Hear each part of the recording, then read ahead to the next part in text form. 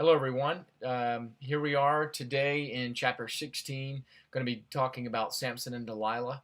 And a lot of people know this account here in the Old Testament, and there's a lot that could be said about it. And we're going to go through it together. And again, this is really kind of more of a survey that we're going through, and also learning together. As we go through the book. It's really the essence of what we're up to is is to be in the Word, to be reading the Bible, to be discovering who God is, um, in His Word, and just really making that a daily habit of reading the Word. So and then seeing what we discover together. So chapter 16, Samson and Delilah. It says, verse 1, Now Samson went to Gaza and saw a harlot there and went into her.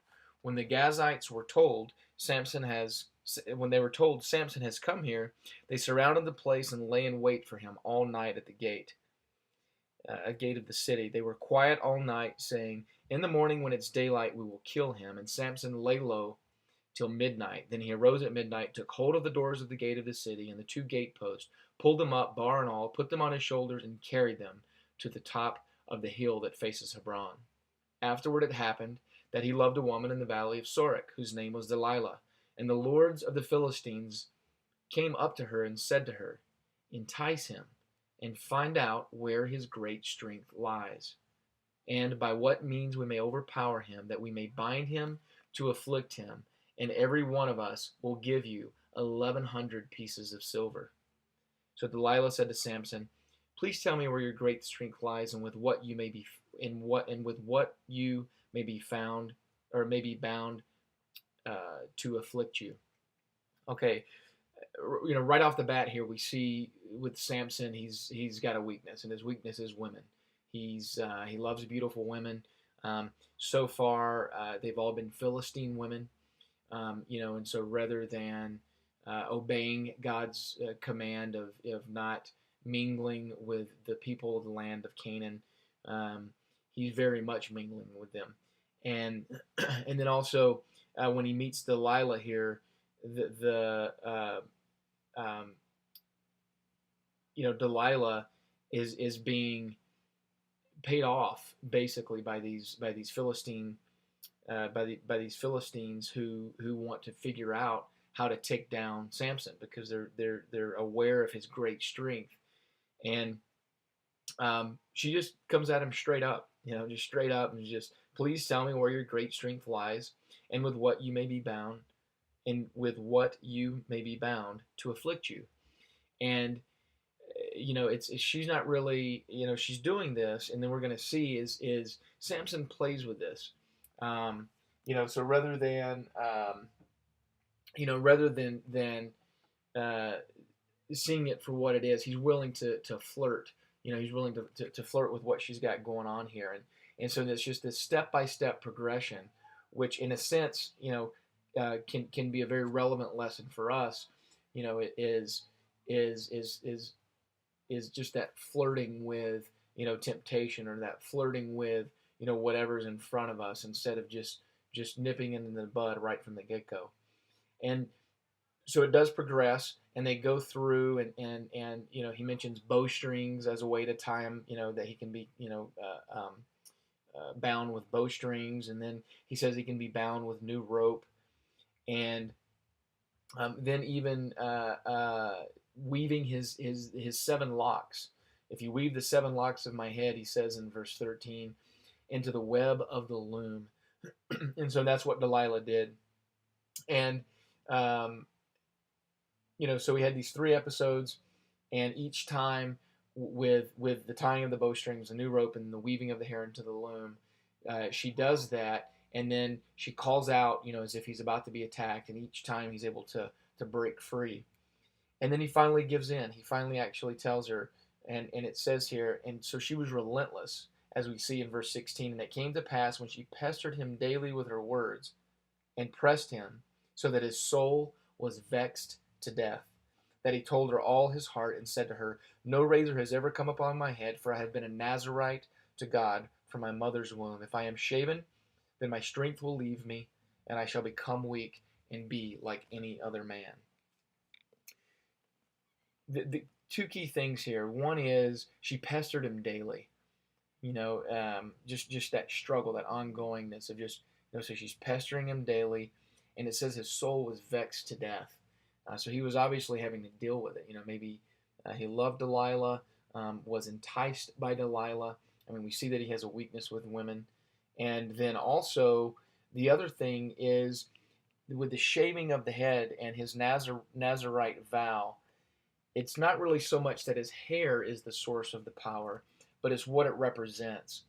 So the uncut hair for the Nazarite again is showing Samson as this separated person, right? As being separated to God, and so really the hair is represents his relationship to God, and so cutting off that relationship to God completely, which through shaving his head, then he will be overcome, and that's exactly what we see. He is overcome by the Philistines, and then it says in verse 21, then the Philistines took him and put out his eyes and brought him down to Gaza. They bound him with bronze fetters, and he became a grinder in the prison. However, the hair of his head began to grow again after it had been shaven. The grinder here, that's the millstone. So the grinding of the millstone, as we've spoken about. You have the upper millstone and the lower millstone.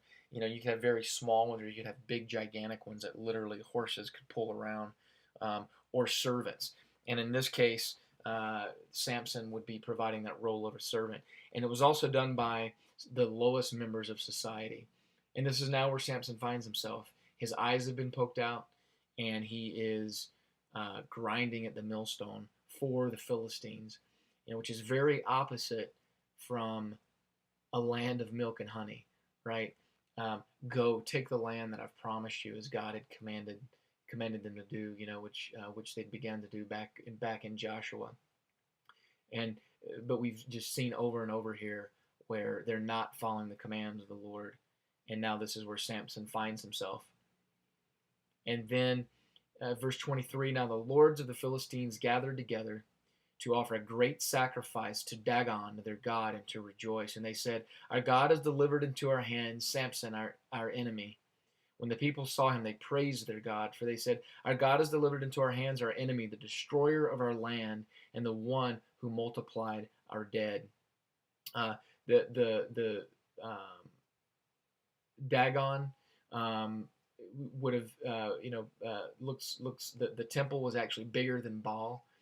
So this is a first mention of Dagon here as a god, and maybe a god that they brought over from their Aegean homeland. Not sure there, but just to kind of point that out. Okay, so now, where Samson finds himself, they verse 25 is they say, call for Samson that he may perform for us. So they called for Samson from the prison, and he performed for them, and they stationed him between the pillars. Then Samson said to the lad who held him by the hand, let me fill the pillars which support the temple so that I can lean on them. Now the temple was full of men and women. All the lords of the Philistines were there, about 3,000 men and women on the roof, watching while Samson performed. So they've made a circus act out of him, so no eyeballs, grinding at the mill, and just being completely humiliated in front of the Philistines. And then Samson calls out to the Lord, verse 28, saying, O Lord God, remember me, I pray. Strengthen me, I pray, just this once, O God, that I may with one blow take vengeance on the Philistines for my 2 eyes. And he does. And then his last thing he says is, let me die with the Philistines. And he pushes with all his might, and the temple fell on the lords and all the people who were in it. So the dead that Samson killed at his death were more than he had killed in his life. And his brothers and all his father's household came down and took him and brought him up and buried him between Zorah and Eshtaol, which would be in the territory of Dan, in the tomb of his father Manoah. He had judged Israel 20 years. Okay, getting into chapter 17 and actually ending in Judges here as we keep progressing here. 17 through 21, 21 being the last chapter that we're going to be in. These chapters, let's see, 17, 18, 19, 20. So these five chapters um, really give us a snapshot more in detail of really what's going on and just the lack of morality and really where the Hebrews had found themselves throughout the land here. It's not really tied in chronologically as everything else has been up to this point. Um, so it's not tied in chronologically, but yet it again it gives us that close snapshot of what of what was going on. And in chapter 17, Micah, we meet a man by the name of Micah from the mountains of Ephraim, and he says to his mother, so there's this interaction with him and his mother, and it says, the 1,100 shekels of silver that were taken from you and on which you put a curse, even saying into my ears, here's the silver with me, I took it. Um, so he's interacting with his mom. He had stolen money from his mom. His mom had put a curse on whoever had stolen it. He hears that. He doesn't want to be cursed, so he's now returning it to her. And his mother said, may you be blessed by the Lord, my son. So when he had returned the 1,100 shekels of silver to his mother said, I had wholly dedicated the silver from my hand to the Lord for my son, to make a carved image and a molded image. Now therefore I will return it to you. Thus he returned the silver to his mother. Then his mother took 200 shekels of silver and gave them to the silversmith, and he made it into a carved image and a molded image. And they were in the house of Micah. And so then Micah makes this shrine, goes on to say. And then in verse 6, and this is just really captures what's going on in this entire time period. In those days there was no king in Israel. Everyone did what was right in his own eyes. And that's exactly what we see. This account of Micah continues, he's even approached by a Levite, this young man from Bethlehem in Judah. A Levite comes in, and Micah, asks him, where do you come from? He has this interaction. The gentleman from Bethlehem tells him, I'm a Levite from Bethlehem in Judah. And Micah says to him, dwell with me and be a father and a priest to me, verse 10, and I will give you 10 shekels of silver per year, a suit of clothes and your sustenance. So the Levite went in. Then the Levite was content to dwell with the man, and the young man became like one of his sons to him. So Micah consecrated the Levite, and the young man became his priest and lived in the house of Micah. Then Micah said, now I know that the Lord will be good to me, since I have a Levite as priest. It's almost like this is opposite day here. There's blessings being happening here. There's blessings for after money's being stolen, having a Levite live with him, and having a shrine. Anyway, so there's some things to point out. There's stolen money, and then the Lord is invoked to bless the stolen money. There's shrines replacing the tabernacle. Levites and and common people are consecrated as priests. So this Levite was just a Levite. He wasn't of the lineage of Aaron, yet he's being consecrated as a priest. And then there's idols being used to worship Jehovah. So this is what's going on. This really, which really points back to God's command, right? God's command being, hey, when you go to these lands, and God had told him in some cases, destroy everybody, men, women, children, the whole bit. And then in some cases it was just the men, but whatever the command, all along the way, the Israelites aren't listening. They aren't fulfilling on the command. Yet in God's mercy, He does keep delivering them. Yet this is that snapshot of just really showing what they're doing and how they had truly assimilated into the cultures around them. And chapter 18 we'll get to together when we're together next time tomorrow. And this accounting of Micah is going to continue as the Danites approach and take over the priest, this consecrated priest, this Levite of Micah's. So again, this we're studying this in the Old Testament, but this is exactly what's going on today. And I just ask you to reflect on that. See what's going on around in your culture. See what's revealed to you. And until next time, God bless you. God be with you, and see you tomorrow.